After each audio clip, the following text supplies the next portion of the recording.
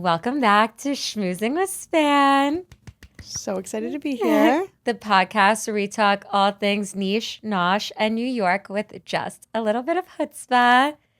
Today, we're schmoozing with the fabulous Lea Yordani.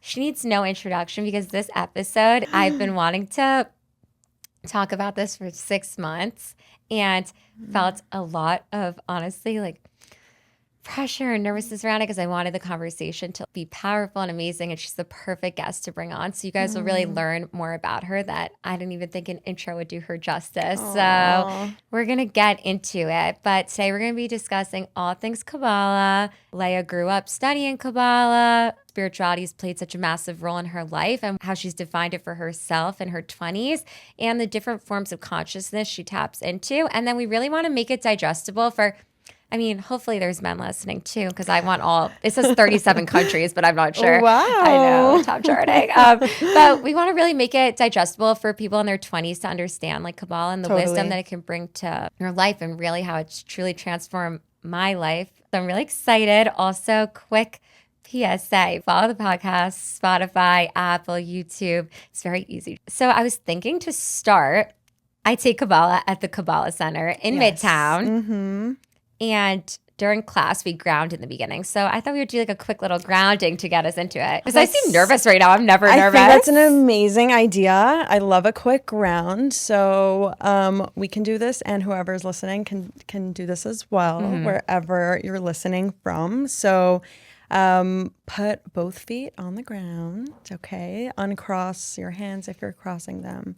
And then take a deep breath in and inhale from your belly. So take a deep breath in, hold, and release. Let's do one more and let's make it an even bigger inhale. So take a deep breath in, hold at the top, and release. And just starting this podcast episode, and our intention is to share light and consciousness with you, with whoever's listening. And yeah, how much consciousness can we share with the world? We hope this contributes to you so much, and we're so excited. Thank you. Yay. At the beginning of each class at the center, we kind of ground. So I go every Tuesday night. And it's after a long day of work. And honestly, that part's usually so challenging for me to relax. But I feel very relaxed now. I think it's like so important for them to do a grounding because we live in New York City. People are coming from like the hustle and bustle of the city. And then they show up to class. And instead of just going like right into learning some spiritual tools, it's a moment to include your body into it and take a deep breath in. Really like settle into your seat, bring in some more presence, and then get the ball rolling with some spiritual concepts to incorporate into your life. Yeah. Well, we're going to start by finding what in the world is Kabbalah. And then we'll also guide you through what it's like going to classes and all of that. But first, would love if you could share like, what is Kabbalah? People are very confused. Is it a religion? Is it mysticism? Is it spirituality? Is it, I don't even know. People have so many questions. So how would you describe it high level to somebody that's never heard of Kabbalah? For someone that's never heard of Kabbalah, I would say Kabbalah is a spiritual way of life that gives you tools to use to live a life of spiritual transformation. And how would you say that most people stumble upon Kabbalah? I know you're a mentor now at the center. Yeah. Is there any common patterns you notice how people end up studying it? I have heard so many different stories of how people find Kabbalah or find the Kabbalah Center. There's one person that I just met that just kept passing by it, the Kabbalah Center, like every other week for years. And then something changed with their schedule and like they were able to start coming weekly, and it completely transformed their lives. So I think you can find it online by word of mouth, like a friend. But I think when someone finds Kabbalah and starts studying, it's actually because there is a sense of alignment and there's an opening in their life, whether they're going through something difficult or they're just looking to incorporate more meaning into their life, and maybe they want to make sense of what's happening, or they just want to expand and be more giving and loving, like, and become a better version of themselves. Like whatever that is, there's, I feel like, a certain frequency that a person reaches, and it allows there to be an opening, and then it would be like an energetic match to like the Kabbalah Center or the Kabbalah and the different tools that will allow them to expand their lives in new ways.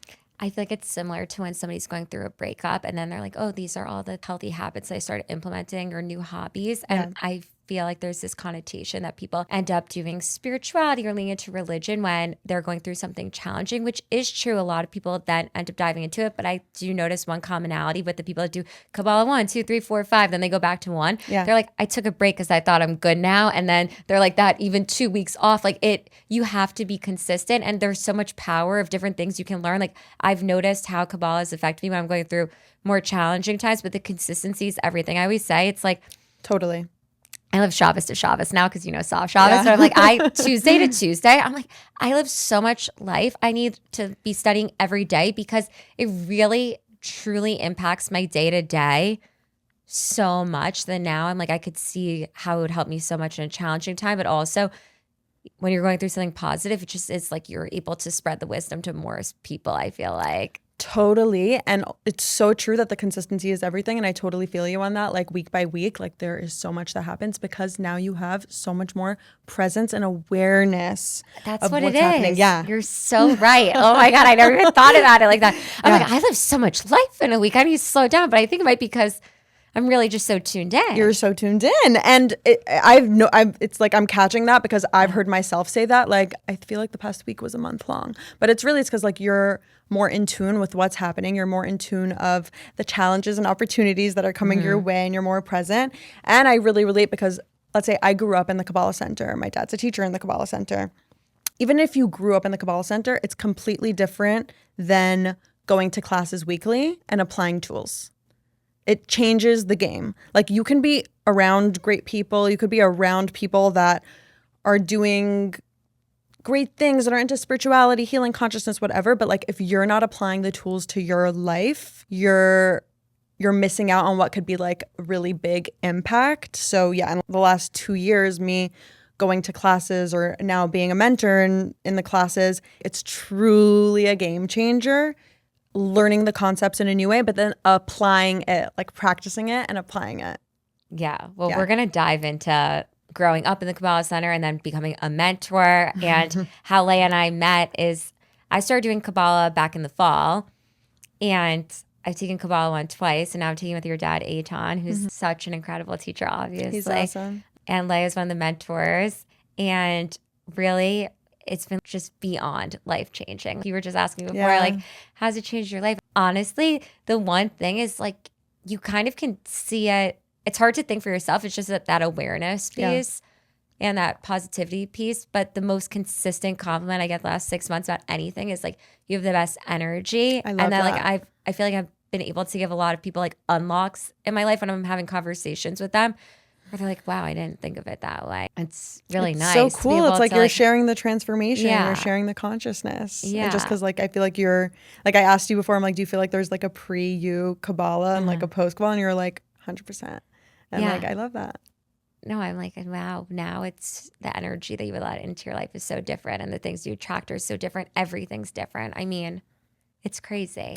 Yeah. I think once you start learning tools of consciousness and start applying it to your life, like it changes your energetic makeup and the world around you like reacts differently. It reacts to the energy that you're being. So it makes sense that kind of everything in your life could be changing once you start applying different tools of consciousness. Yeah. Well, let's dive in later into like how it's affected our day to day and all those things. But let's go back to making it digestible for our audience. So how would you define spirituality? Spirituality, I would say, is living a life where you're connected to a higher power, whether that's the universe, whether that's creator, God, Hashem, whatever you want to call it. The light. The light, yes. So like living in this physical world while being connected to a higher power. And how would you define the physical world versus the spiritual world? Great question. Well, in Kabbalah, there's a tool called 99% versus 1%. And so those of you that may be listening may be like, the physical world is everything. What do you mean? Like, I see it. Like, this is all that there is. But in Kabbalah, they teach that the physical world is actually only 1% of what's happening. And 99% is happening like behind the scenes. And if you just take that in for a second, that's actually crazy, because there's so many things that make us upset or even get us excited. But these things are just the tip of the iceberg of like what's happening and what's actually part of like the bigger picture. Like, there is a bigger picture that we don't see yet and we don't feel yet. And there's this like quote that I saw one time, but it was basically sharing how it always makes sense when you look back. When you look back, you can see how the dots connected. Oh my God, if I met this person, then I met this person, and it led me to like this situation. I have my dream job, or I'm like married now. Like, oh my God, whoa. But like as it's happening, it's like, what's happening? Oh my God, I can't believe this person did this. I can't believe this person stood me up, or like, I don't, there's so many things that like didn't go well, whatever.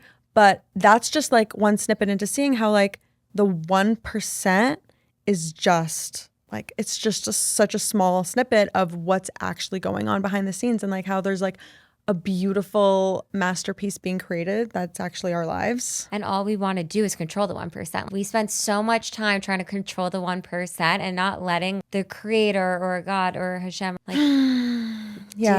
do their thing. Yeah, even just hearing you say that, I'm like, wow, that just makes me think of the word like surrender. Yes. Like, how much more can we like surrender and just like be in tune with the light? And when I was just saying that, I kind of felt like chills almost, because I was thinking about when I started Kabbalah. I don't know, when they would use all those words, I'm like, that's never going to speak to me. And then Melissa Wood was one of our guest speakers. I forget which word she used, but she was saying one of those words didn't speak to her at the time, and now she uses it all the time. And I'm like, wow, I feel so comfortable saying the word creator these days and light. Yeah. But I think you grew up saying Kabbalah, but I grew up, just, and we're going to dive into the difference between like religion and spirituality and Kabbalah and all that. Yeah. But, I grew up culturally Jewish, high holidays, like all of that. And I'm very much redefining spirituality and religion to me in my 20s on my own terms right now. But love that. In Hebrew school or in temple, they were speaking a different language. I could never connect with what they were saying exactly. And that higher power, when you're going through a challenging time, is like, is anybody here with us? Like, that's how a lot of people feel. Yeah. And then through Kabbalah, I'm like, oh my God, I'm just on a completely different wavelength. I'm like, I can't believe, like, how do you live your life without that bigger purpose? And it's all that shift of spirituality. All these terms really speak to me now. And I like truly, I'm like so connected to the light. And so beautiful. It's just crazy. 6 months ago, I would have never been like, how am I going to get there? I must need to be studying for 15 years in Kabbalah 5 and Kabbalah 1. Now it's just so day to day. Now if I search for the creator in my text, I'll be like, the creator doesn't want you doing that. I love that. I love also how you said how it connects you to the like a bigger picture, like deeper purpose of life, Yes. but it's also the day to day. The day to day like is everything. How to make sense of the day to day things that are going on. Because if you don't have that perspective of like, there is something greater in the works here, then it's just like, why is this happening to me? Oh my God. Yeah. But like, it really shifts like the day to day, moment by moment life. If somebody is listening right now, they want to know, is Kabbalah a religion? That intersection of religion versus Kabbalah. So maybe if you could dive into the difference between the how and why of both. Sure. So the way that I see it, Yeah. religion teaches you the how, like how to connect, but Kabbalah or spirituality will teach you the why. It's like, why are you doing this? Like, if you do this action, you use this tool to connect, like, what's the reason for doing that even? Yeah. That makes a lot of sense. I do think during Shabbat and they, read a story, when you hear the story, people are like, oh, wow. And it's like in Kabbalah, you're kind of always tuning into those stories. Even though we're not telling it in stories, it's that you're able to turn it into practicality into your own life. Yes. Make it digestible. Yeah, totally. Yeah. So some concepts I want to cover. Could you maybe define one more time, like what is light? Yeah. I think that's a great thing to talk about before getting into other tools, because the light is like, one, we use the word the light a lot in Kabbalah. Light's the hottest word. Light's the hottest word. If you know, you know. So the light is Was Einstein a maybe. I wouldn't be surprised if I heard, like, we can look it up after. So the light is the infinite energy of good, and it is what this world is made up of. So anything and everything that exists is made up of light.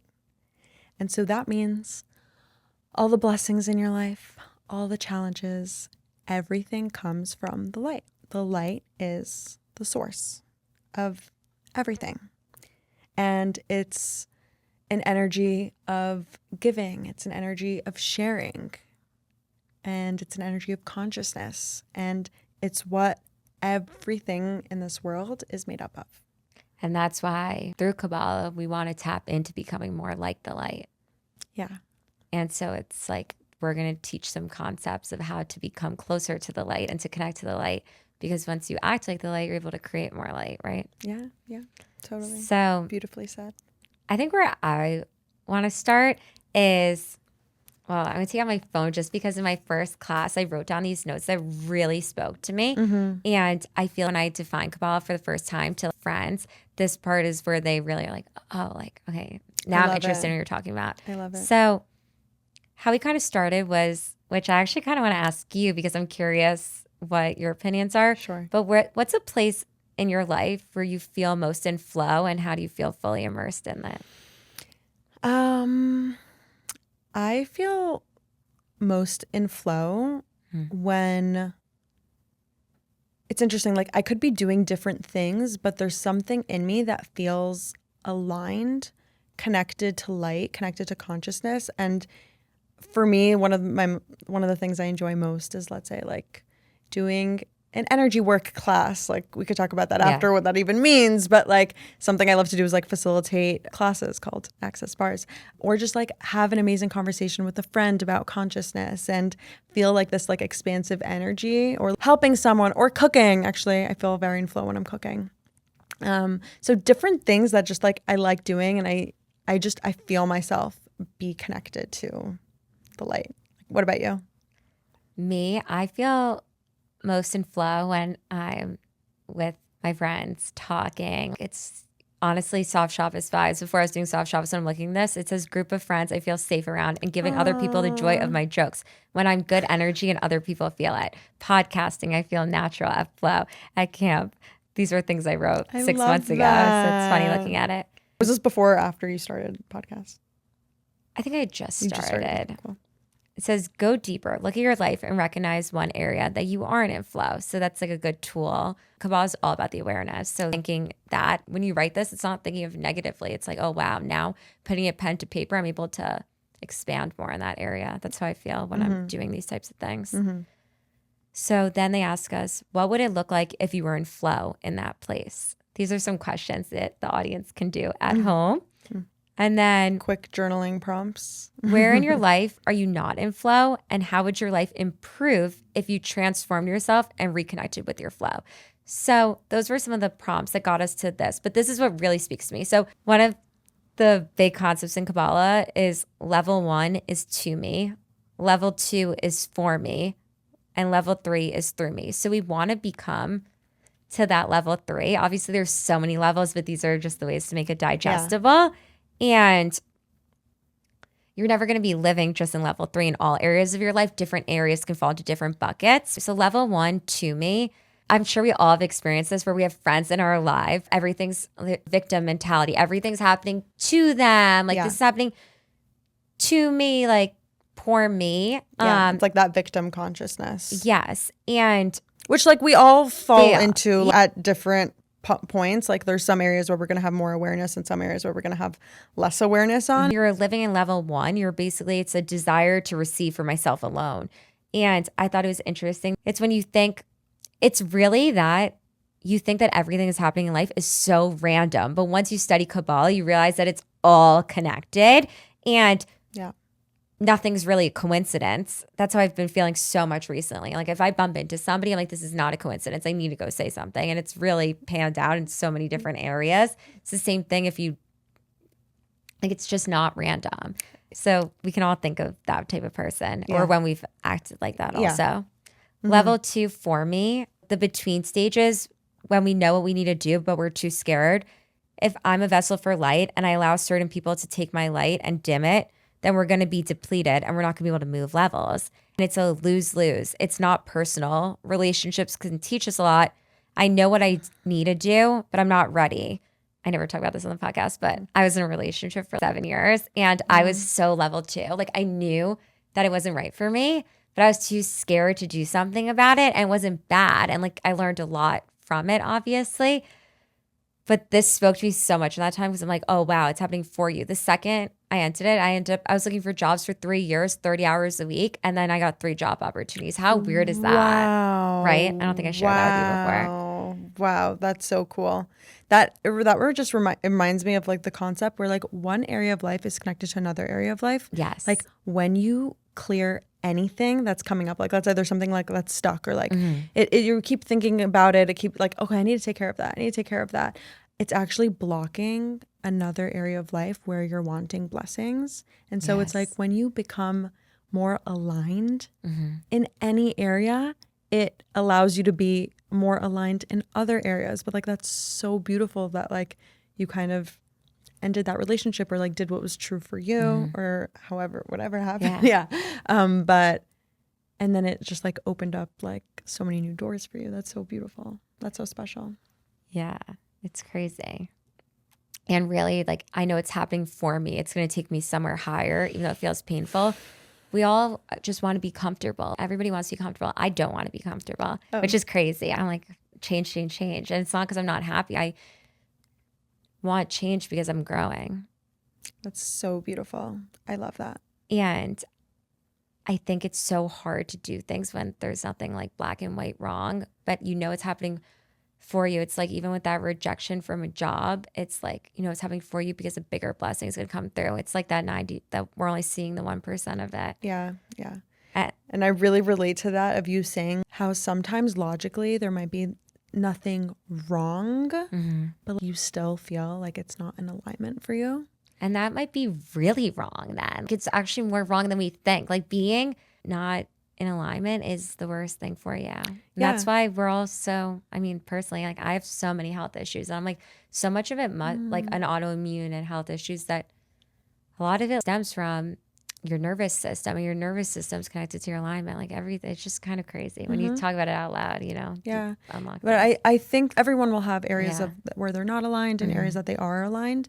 But what really moves the needle is like the little things. Like when you notice an area of life where you're not aligned, take that opportunity. It might take a little courage too to have that conversation or to take that action or to do the uncomfortable thing. But the little things, like taking those steps, like really creates more alignment between like you and the higher power above, and will create a greater life for you. Yeah, I love that. We definitely need to talk CERN and CBL logic because I'm obsessed with that one. And then so many concepts to go I know, over. too many concepts. Level 3 threw me. So basically we want to be like the light and be a vessel for light. So when you're in this level, I'm a vessel and I know it's not me. I know there's a higher source of creativity, wisdom, of talent that's flowing through me, and I'm aware of it and I don't have ego about it. When I'm fully connected, I don't feel better than you. You can think you're in level 3, but you're not. You need to surround yourself with those kind of people. In Kabbalah Center, you can grow. You have teacher, mentor, concept of tikkun. Everything in my life will be to elevate. Here, I never take things personally. And I thought this was so interesting because I used to, you know, I feel like when you're in high school, everybody's like judgy, cliquey, whatever, or like mean for no reason sometimes. I don't know. But then when you get older, sometimes it's like people would see people on TikTok or Instagram, people send it and for no reason. Now, if I see anybody, I'm like, wow, it's so awesome they're doing that. Like I see anybody doing anything, I think it's cool. And jealousy is what's beautiful about Kabbalah. I was telling one of my friends, she felt jealous about something. I go, if you're jealous, it's an indication that you actually desire that. And if you desire Totally. something, it's because it's already yours. And we all have our own unique desires. Like not everybody wants a top charting podcast. Who would know? Yeah. Who would know? But I think that when you're living in that through me, that level 3, when you're a channel of light, you actually want the best for everybody else too. And you want to share that wisdom. And you don't take things personally because you're truly living for yourself. You're so tapped into your own consciousness where it's not that you're selfish, but I don't know. That's how I feel like I think that's so beautiful. Also, how you said, like, nothing is personal here. Like, that's huge. Like, in friendships, in relationships, in with your family, romantic, whatever it is, when something comes up, and if you're, like, being really in flow, then it's not offensive. Like, you don't need to take something personally. Like, someone says something that it won't rub you the wrong way because you're in flow. You know that whatever a person is expressing or even saying, like, it's a reflection of what's going on within them. It doesn't have to do with you. Like, you are on your unique path, they're on their unique path. And just because they said, like, you don't need to, like, take it in. And when you're in tune with yourself and starting to practice this wisdom and you're exuding this energy, other people might feel jealousy in certain areas, and it's teaching you kind of like areas that they might want to grow and expand in, things that you can learn from other people. So it's actually a really good thing to be aware of when you're feeling jealousy. But I'm going to wrap this part up. But what I think that's really interesting, so basically you want to become a vessel of light and chat and take that in. And how do we get there? Really just taking time each day to observe if we're in flow and if not. And I think it's a really beautiful practice trying to get to that level 3 and really being vessels of light for other people and for ourselves. And yeah, Totally. so that really was like the first thing that was my big unlock in Kabbalah. But I definitely It's a big one. Where do you want to start? Do you want to start with tikkun? Do you want to start with all challenges or opportunities? Where do you want to start? What's I think speaking to you? I think a combo of like tikkun Yes. and challenges or opportunities, and then like the 4 steps of like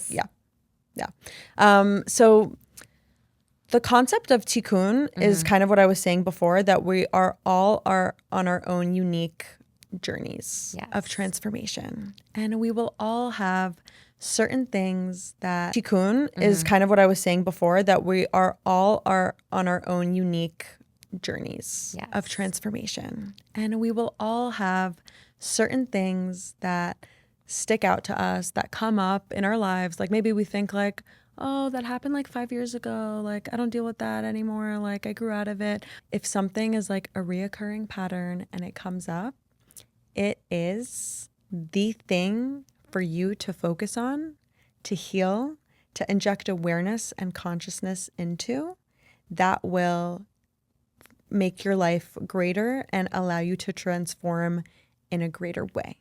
So what that means is, like, let's say you find you're dealing with a certain issue. Each one of us, that could be in a different area of life. So it could be laziness, it could be self-judgment, victimhood.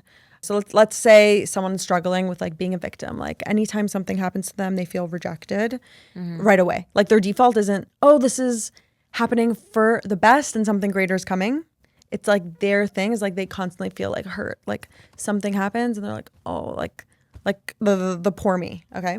And so that might show up in multiple areas of life for them. So it can happen with work. Let's say like their boss doesn't tell them like, hey, good job for doing this. And then they feel right away, they feel like shut down. Or in relationships, they're having like a hard time like finding a guy to date, and they're always like, they fall into like the victimhood mentality where like there's no one out there for me. Like right away it's like to an extreme. Does that make sense? Yeah. And so this person is on their own unique path, and their job is to inject so much self-love into themselves and strengthen the belief that they're totally worthy of receiving everything that they'd like in life, whether it's in work, whether it's in relationship, like receiving that love from other people. They need to know that they're worthy of receiving it first, and then the world will reflect that.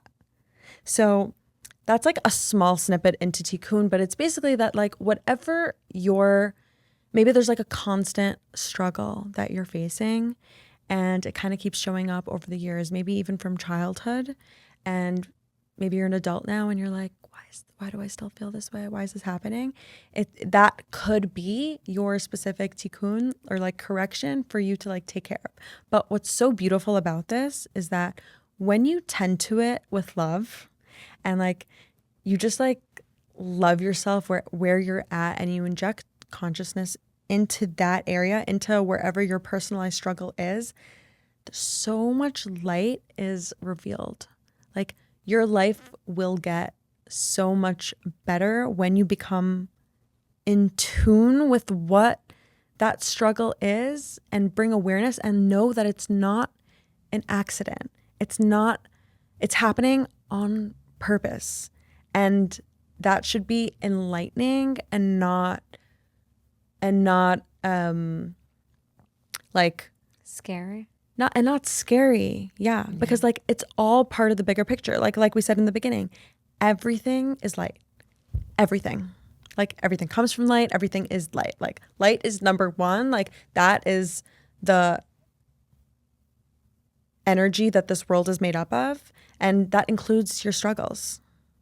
No, I love that. Yeah. I think to make it like digestible for people that don't study Kabbalah, maybe it's really when with relationships, a lot of times it's like you think that you're attracting different sorts of people, and then kind of at the end of the day, you might end up in the same situation at the end. Like you realize that they actually have that same pattern, and it has something to probably do with the tikkun too. Totally. That's like such a good point to make. Like sometimes you're in a relationship and then you're like, okay, I need to break up with this person because I feel this in this way. So then you break up and then you get into another relationship and like 3 months later, it starts all great and you're like, oh my God, I made such a good decision. Oh my God, this relationship's so much better. 3 months in, you feel the same way that you did in the last relationship. And then you're like, okay, then you break up again. And then like you get into another relationship and then it's like, okay, what's happening? Why do I feel the same way?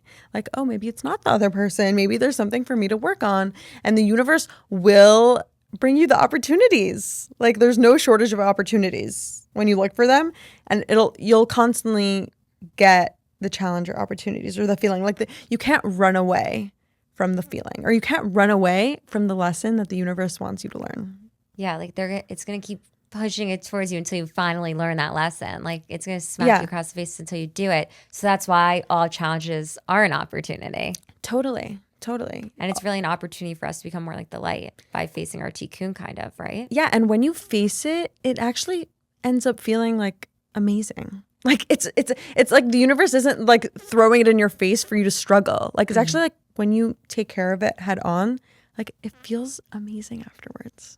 Do you have an example maybe you would feel comfortable sharing about a time where you like felt you overcame a tikkun of sorts, or that you navigated through one? Yeah.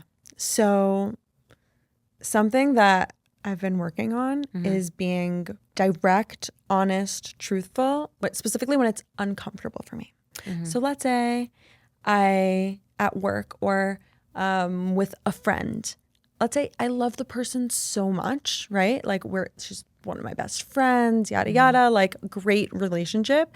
But there's something that like sticks me in my gut for a second. And I'm like, oh, I need to communicate that. But like, for some reason, it's kind of not logical. Like I get so nervous, or I used to get so nervous.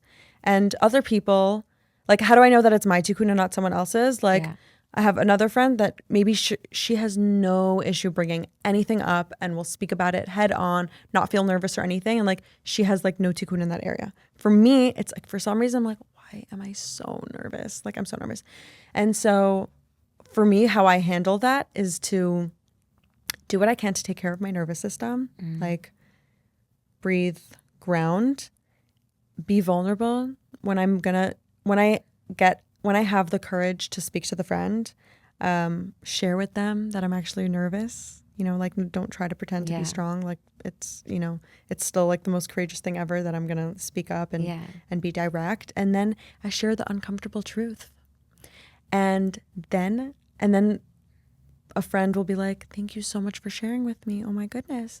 And then I went from feeling so contracted, so stuck, to feeling like, oh my God, the universe loves me. Like, I feel so connected. But I felt so blocked beforehand because it was actually scary for me. And so that's why it's so unique and personal. Like, there's some people that might be like, oh, wow, Leah, like, yeah, I have a hard time sharing something when I think it's going to impact the other person, when I think it's going to make them uncomfortable. But other people might not have any issue with that. So it's like, it's just very unique. Yeah. Yeah. I love that. Mm-hmm. Mm-hmm. And we can have multiple tikkuns, right? For sure. Yeah. Yeah. Yeah. And I think there's different like layers to it. Like there could be like, it shows up on a surface level. Mm-hmm. And then sometimes it's like juicier, deeper. Yeah. Well, I think it navigates perfectly into all challenges are an opportunity. So let's dive into that. Let's get out our books. Let's get it. We have our spiritually hungry notebooks from class. I have to see which one. I have two here. And so I know I have two also, or no, I have the one that spoke to me more. I write like 5 pages of notes like every single class. I love it. But this is such a good topic. Let's talk it through like as if we were navigating something right now, maybe. Okay, cool. Maybe we do like a breakdown. Yeah. Like what the 4 steps are and then put an example in it. Yeah. Okay. Okay, cool.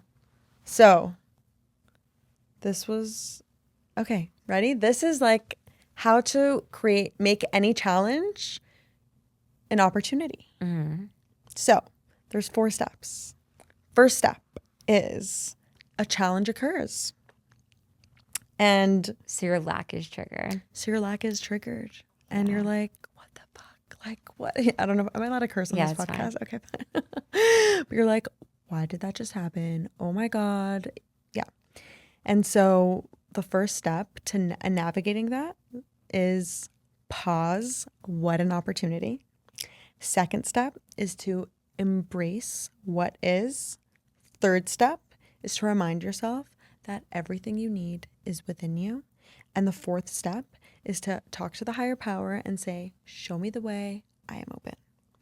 And now we could like bring in an example. I also think that a lot of the times when we're talking about all challenges are an opportunity, pause an opportunity. Yeah. I always say pause with a pleasure. Mm-hmm. Is really that we can all look back on something challenging and we're able to now look back and be like, oh yeah, like obviously that's an opportunity. I didn't get that job, or I didn't end up that guy, we broke up, but it led me to this next guy. But sometimes it's not so black and white. Sometimes it might be like, yeah, you didn't get that job, and then the next job was even worse, but you met this one person when you both were having a miserable time at work that ended up leading you to this dream thing. Like it's not always so black and white. And what I think it really does is how do we get there quicker? That we don't have to wait and ruminate for years and years on how to get there. How do we implement this in our daily practice? And it's not like, and I can't say that when a challenge occurs to me, I'm not like, I actually am kind of toxic positive these days, but I'm not like, oh yeah, pause, what a pleasure, like while I'm like going through it. But sometimes it's like, I'm able to do it a lot better now because I have these tools. Yeah. So it's like, to the audience, when you are going through a challenge right now, you take these 4 steps to, kind of get to that consciousness quicker, I think, of realizing it's an opportunity. I love the way you said that. And also, I think it's a great reminder that, like, the light is constant. Mm-hmm. The light is always there. And it's up to you to shift your perspective in order to connect to it, in order to feel better about it, in order to see that it's an opportunity. Yes. Through our 1% lens, we're seeing it as a challenge. But through the 99% lens, it's always an opportunity. Yes. So there's the reactive consciousness and the soul consciousness. So to implement these 4 steps, that's through the soul consciousness, right? Or no? Say that again.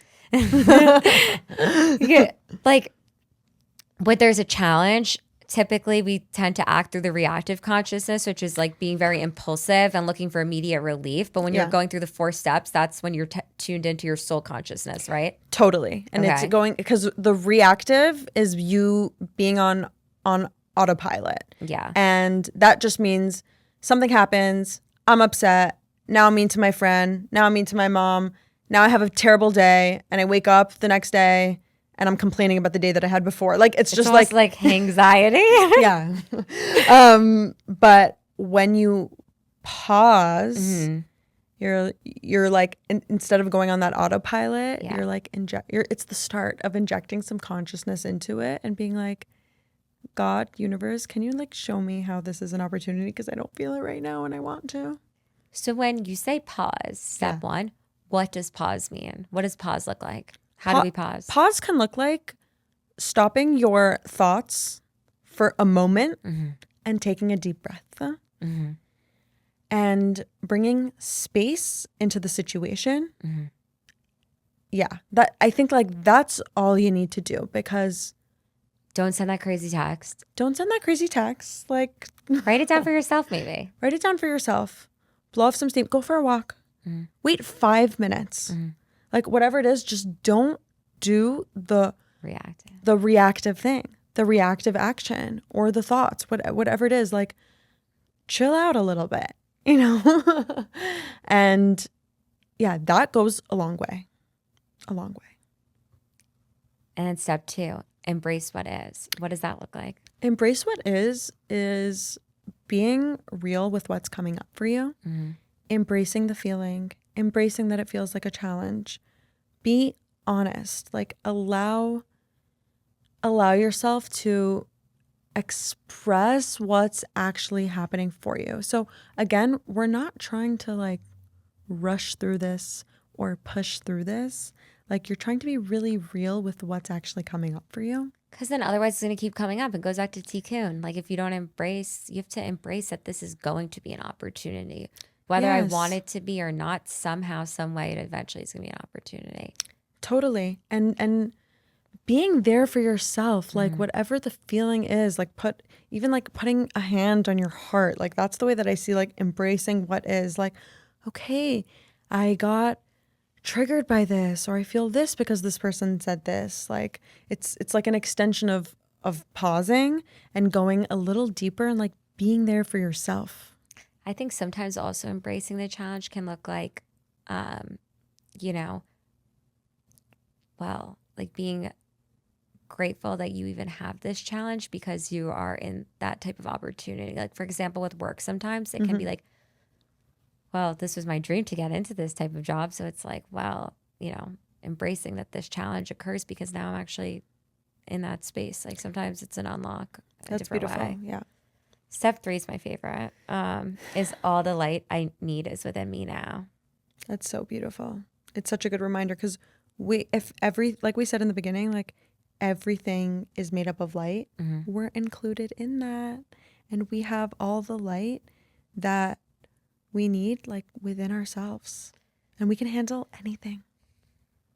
And all the light I need within me now, I think is beautiful that it's like we do have the answers ourselves. We don't need millions of people's opinions and other people's judgments coming upon us, because sometimes we don't even realize they don't know they're projecting judgment. We don't know that they're projecting judgment. It's like really being in tune with yourself, and intuition has been so lost upon because we're just constantly scrolling. We don't even know what we like and what we dislike for ourselves anymore. That's why I love Sal Chavez. And it is like, and step 3 also connects to certainty beyond logic. When you're able to really have that certainty, and having certainty about yourself too, knowing that you have those answers. So beautiful. I think it gives you like this deep sense of comfort, knowing that like, at the end of the day, we need all these people in our lives, and we have such great people in our lives. But at the end of the day, it's like we're all guiding this lives through ourselves too, and being able to be in tune and making ourselves better. It's so beautiful, and it's like a great reminder that all the light that you need is within you now, because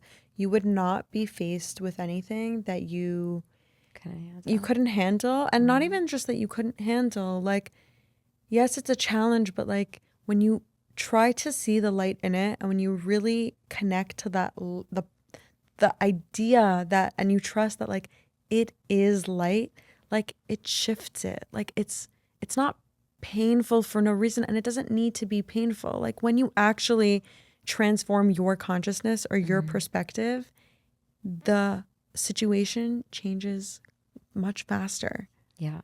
And then the last step is show me the way. So what does that look like? Show me the way is a little bit of like surrendering and being like, hi, creator, God, universe, Hashem, light, like show me the way. Like you are so abundant, and I know there are infinite possibilities of how this situation can work itself out.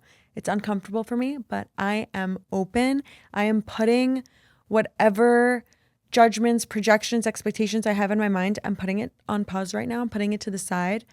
I'm surrendering, and please show me the way. Like I am open. Like go through me. Go through me. I'm letting go. Show me how it could be greater than I could ever imagine, you know? And how big of a shift is that from the initial part of like, oh my God, this sucks. How could what's happening to me? Like, why is this happening? Like that's such a huge transformation. And it's just 4 steps, you know? Yeah. I don't know. The way we ended it, it's crazy thinking how you started, like the challenge. It's kind of crazy. Yeah. It feels like we started talking about something positive and then, you know what I mean? We were talking about something negative. But it really shows that, like, when you are facing these bigger challenges, it's almost like, I don't know, this is just my unlock right now, is that the creator thinks that you are able to, that you actually have the opportunity for more light. They think that you can be more light almost. Totally. And I think we just went over this in the last Kabbalah 2 class, but we were talking about how when like a challenge kind of comes up, it's almost like expanding you out of your comfort zone. Yes. And allowing the light meant for you, that wants to come into your life. Like it's almost like pushing whatever like boundaries you have of yourself, like whatever. Let's say you decided like, okay, this is how good my life can get. Yeah. And the light's like, hey, knock, knock. Like, we want to give you more, because the light is the energy of endless giving. And so these challenges / opportunities are happening to expand something within you, like crack open the wall a little bit, and you going through and then learning a lesson or having a new experience like really allows you to have more light into your life. I feel like, and when we get comfortable sometimes too, when we decide like, oh yeah, this is good, this is, you know, thanks, whatever. Then when you start to get a glimpse of like something else, I feel like sometimes the creator will put a certain challenge towards you. So that's a reminder of like, no, don't get comfortable with this. Like you actually can have more light, like cut it out almost. I feel like that happens to me sometimes, where then I become positive about what is going on in my life. Like I'm very positive, but then sometimes they'll give me like a hint of a negative, and I think it's something that would normally be very small that I'm not triggered by. Yeah. But then it's because they're trying to show me that there's more of a bigger light opportunity. So don't get comfortable here. This actually isn't that great. Totally. Like there's always more available to you, and the light wants you to have it all. Like it wants you to have like the greatest life that you can have. It wants you to be the best you that you can be. And so even the little things are like little pointers for you to work on to like continuously like expand yourself. And so I think it's also amazing to take those little things that come up, really take them as opportunities, because when you keep ignoring little things, it builds up and it can turn into chaos. Yeah. But when something comes up for you and you actually take it head on and you're like, okay, I'm going to see this as an opportunity. I'm not going to ignore it. Not that to make it like a really big deal when it's not a big deal, but take it as the opportunity that it is, because you are going to expand yourself and the amount of light that you have in your life, like as you do that. Yeah. Well, I love how all these things that we're going over. Leah is a mentor at Kabbalah Center. Her dad, Eitan, is my teacher. And really, Kabbalah Center, there's Kabbalah Centers all around the world. Yeah. I took Kabbalah 1 twice, but it goes up to Kabbalah 5, right? And take Or class like more each sometimes. week. But I really want to describe kind of what it looks like in that group setting. So typically how I've experienced classes, we really ground like how we did in the beginning. Yeah. I think people assume that, I mean, Kabbalah Center is so different than what I imagined it to look like. It's actually probably the most diverse room I'm ever in. I'm not even kidding. There's all sorts of different types of people, all ages, races, religions, everything. And really what it feels like is a workshop but then almost like group therapy, because then you have a group mentor WhatsApp group chat. I'm like, I feel like I'm like in Israel. Like I'm like obsessed. I'm like, I gotta get on WhatsApp. Like I'm just obsessed.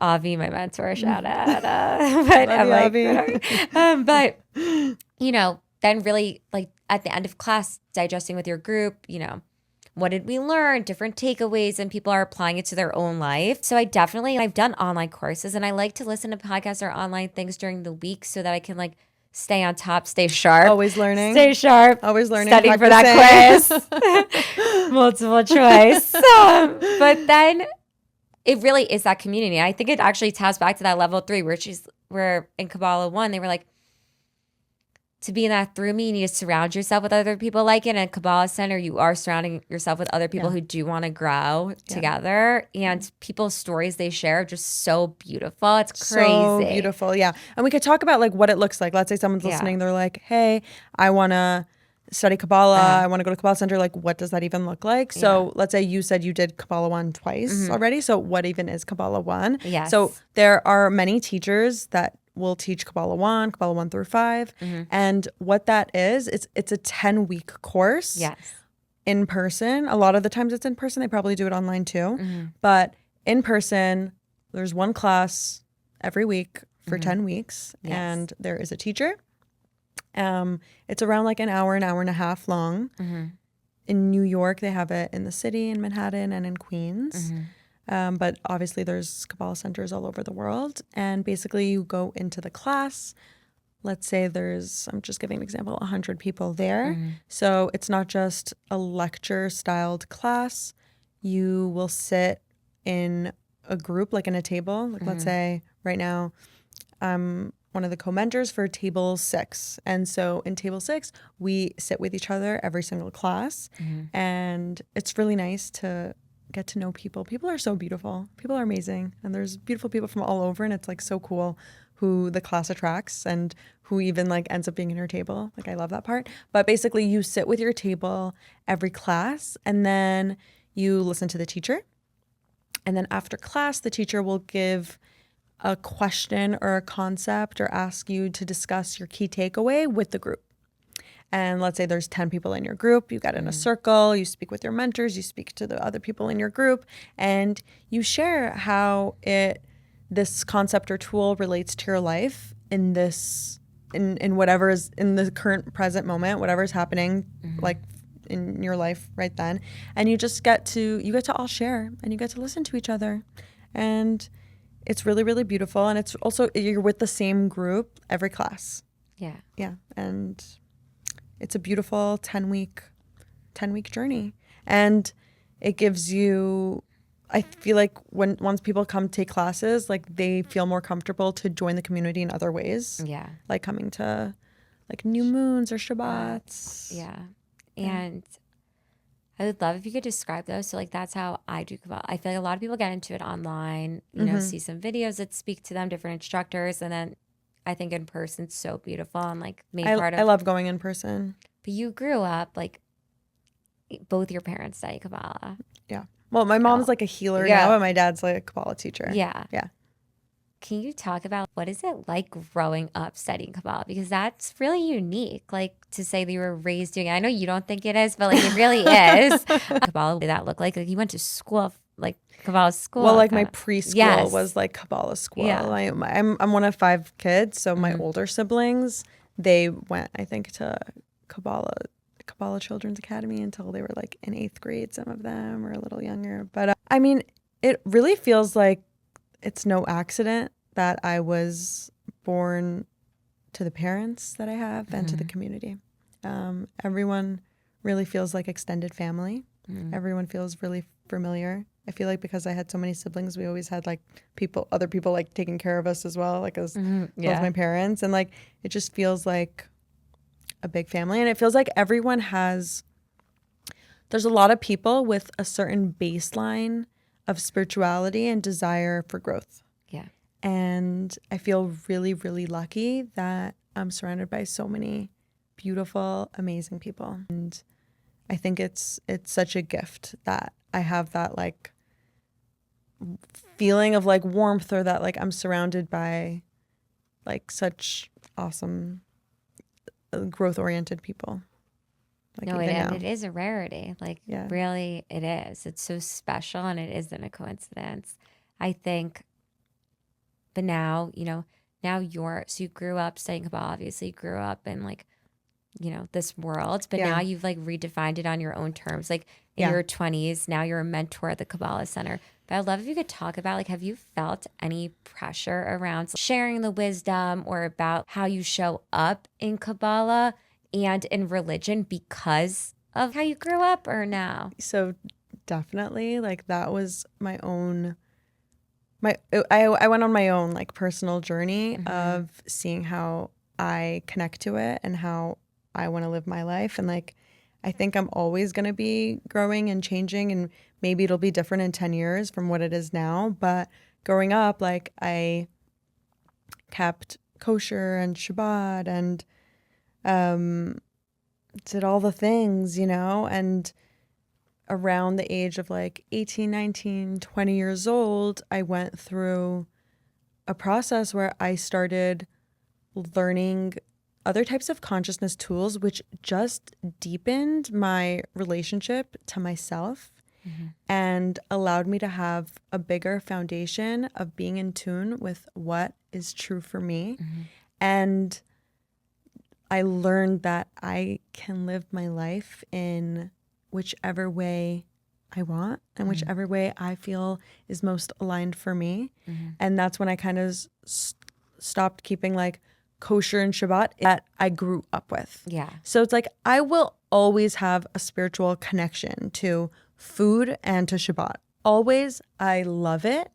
But I like took a step back for a while just so I can get in tune with like what is true for me. How do I want to live my life? And then knowing that that's totally okay. Like giving myself permission to do that. And yeah, it was an interesting journey, but I feel more in tune and aligned than ever before.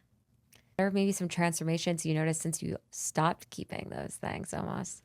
Because it's different, because it was more that you became more in alignment with yourself. It doesn't mean, I think sometimes with religion, there's so many rules. I mean, how people define Shabbat, how people define Orthodox, Reform, Conservative, like all these things. There's so, I mean, I feel like Judaism so is the things. most where it's just like there is too many things.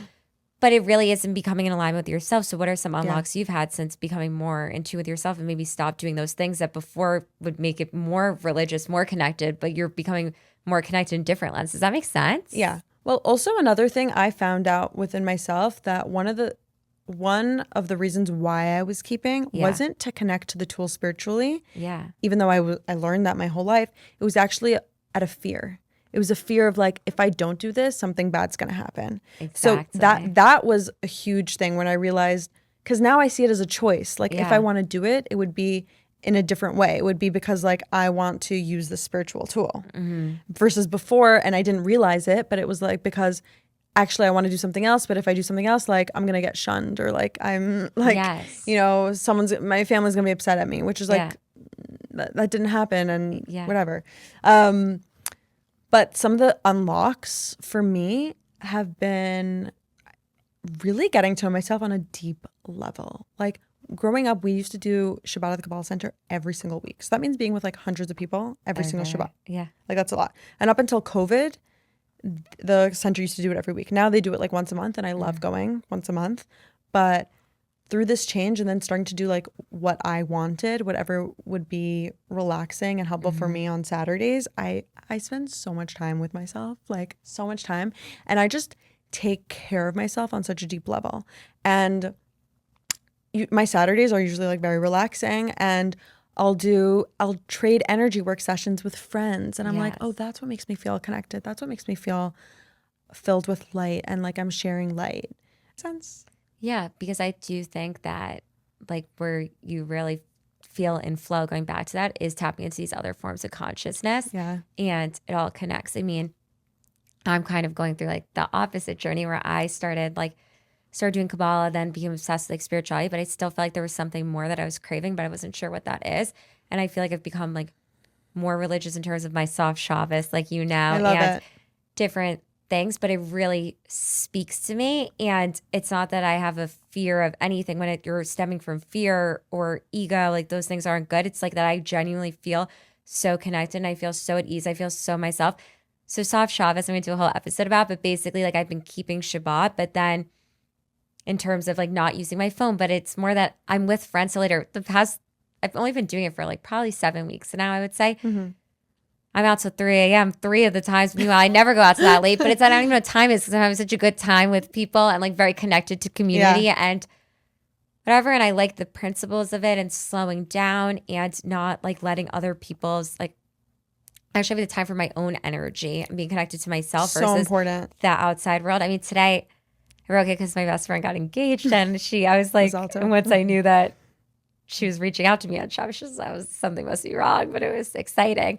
So I turned on my phone for that. But otherwise, it's not that I feel guilty about it, but I do feel like I don't feel aligned today. And I do think it's that it really grounds me and I feel really connected to that practice. Yeah. But I don't think I would have felt that way if I grew up and I had to do it.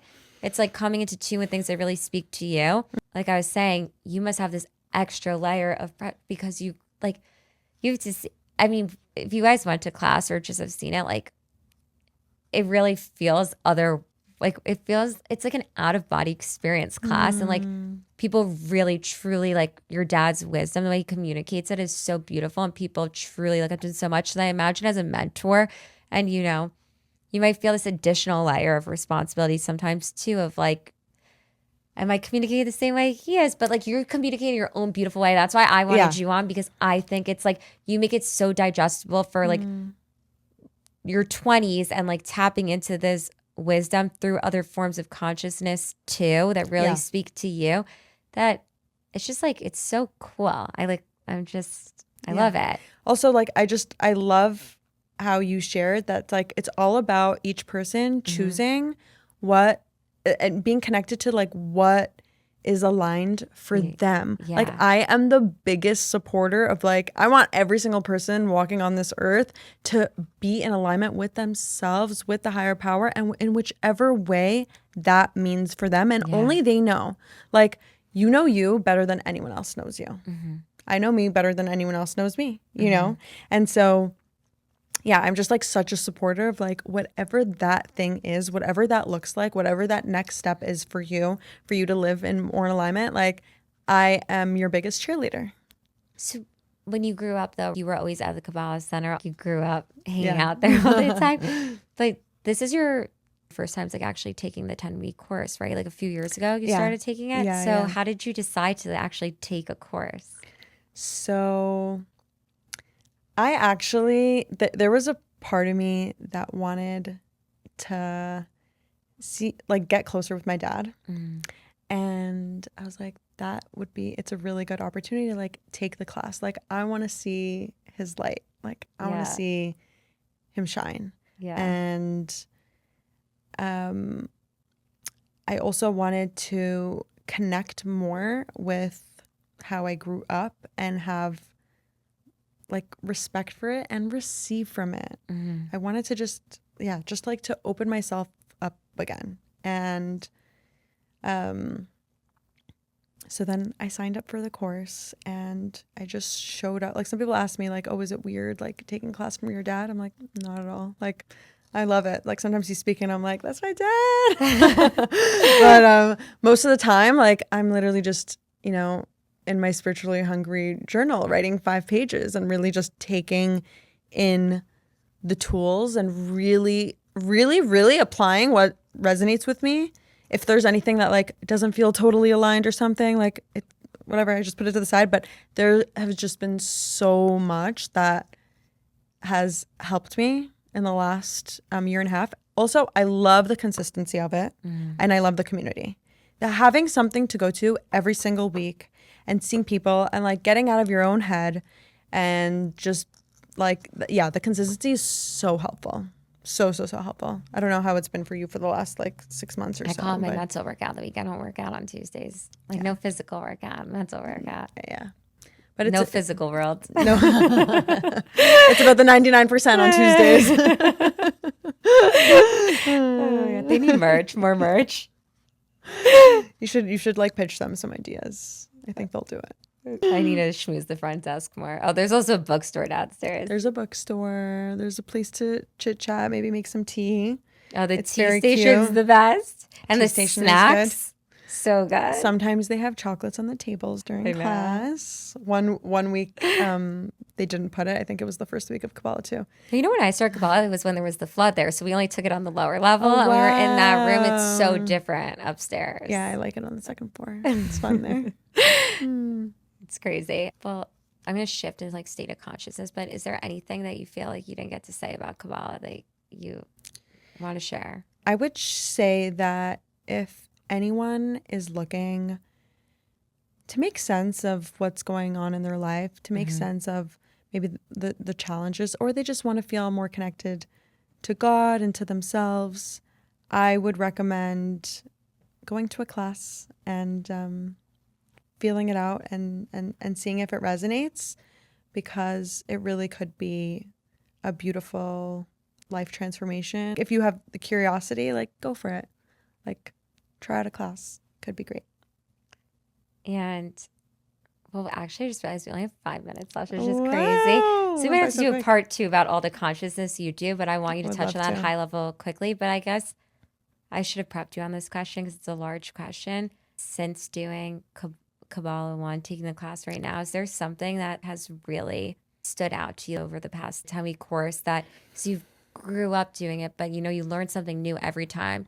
What's been that biggest unlock for you the last 10 weeks? Yeah, the biggest unlock for me is that, and we spoke about this, but Yeah. the challenges, the things that stand out to me that are annoying in my life are not an accident. It's not an accident, and it's not happening to me.